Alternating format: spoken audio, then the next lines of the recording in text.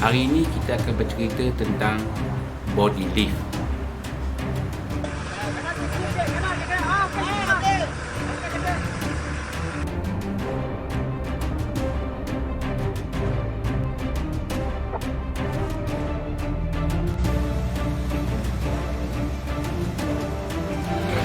Betul position kan.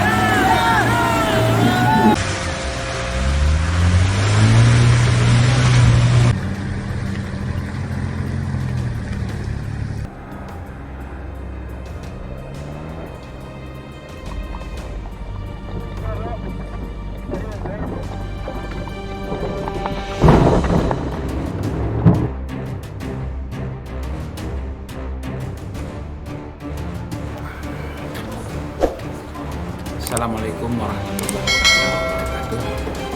Nama saya Umar bin Zainal atau dikenal dengan Abang Om.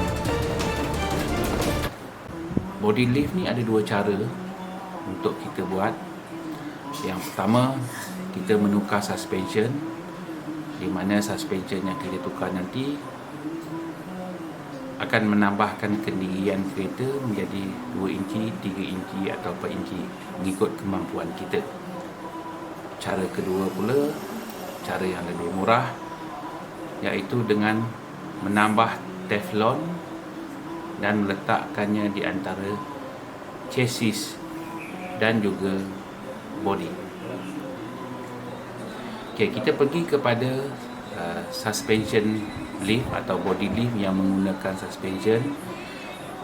Bagi kereta yang menggunakan 4 coil spring, iaitu spring yang gulung tu, yang berbulat tu, ada banyak jenama di luar yang menjual yang boleh menaikkan body kita kepada 2 inci, 3 inci dan juga 4 inci, 5 inci pun ada. Suspension lift ni biasanya akan datang sekali dengan absorber. Absorber ni ada yang biasa, ada juga yang menggunakan hidrolik yang boleh membuatkan kereta kita fleksibel ketika off-road.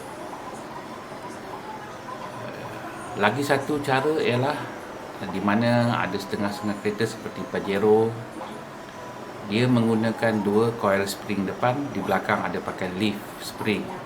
So lift spring ni pun ada juga yang boleh menaikkan kereta ke 2 inci, 3 inci ikut kemampuan, ikut kehendak kita dan kemampuan kita. Ataupun kita boleh menggunakan shaker di belakang menggantikan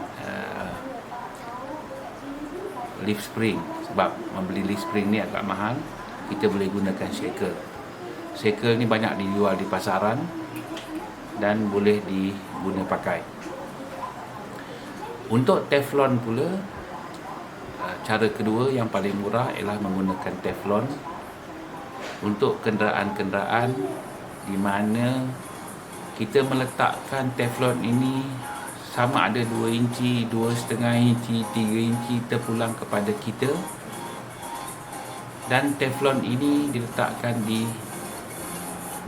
antara chassis dan body. Kalau macam Pajero, dia ada dekat 12 biji, ada setengah kereta 12, ada setengah kereta 14, ada setengah kereta 16. Yang paling sikit adalah Jimny, lebih kurang 8 atau 10, saya pun kurang ingat. Tapi itulah cara meletakkan teflon. Kedua-dua tujuan body lift ni adalah untuk meninggikan kereta ketika main off-road. Tujuan dia supaya axle tidak terkena dengan tanah, atau kita panggil ground clearance kereta kita lebih tinggi. Jadi lebih tinggi, lebih senang kita nak main off-road.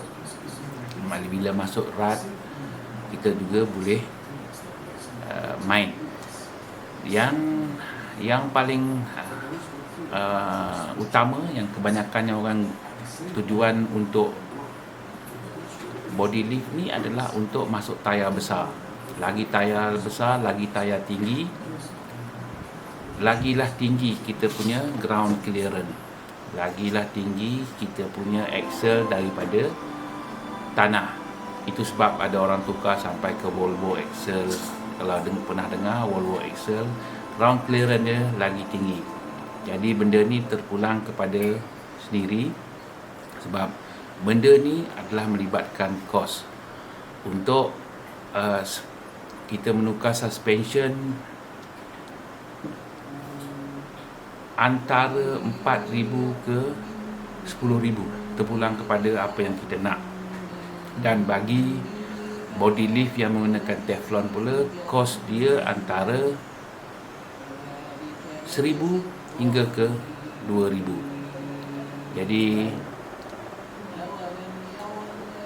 kita kena tanya diri kita, kalau nak main off-road ni, apa yang kita nak. Bagi saya personally, sebelum masuk off-road, kita kena buat body lift dulu, sebab lepas kita buat body lift, baru kita boleh buat yang lain-lain. Contoh macam tayar. Kalau kita buat tayar dulu, nanti bila kita dah buat body lift, kita kena tukar tayar lain pula, sebab tak sesuai dengan ketinggian kereta. Sebab apabila kereta makin tinggi, graviti dia makin kurang dan peluang untuk dia terbalik adalah tinggi. Jadi bila dah buat body lift, baru kita fikir tayar apa yang kita perlu pakai. Jadi untuk itu, terima kasih banyak-banyak kerana menonton, dan kita akan sambung lagi di video yang lain yang saya akan bercerita mengenai tayar yang sesuai untuk off-road. Terima kasih.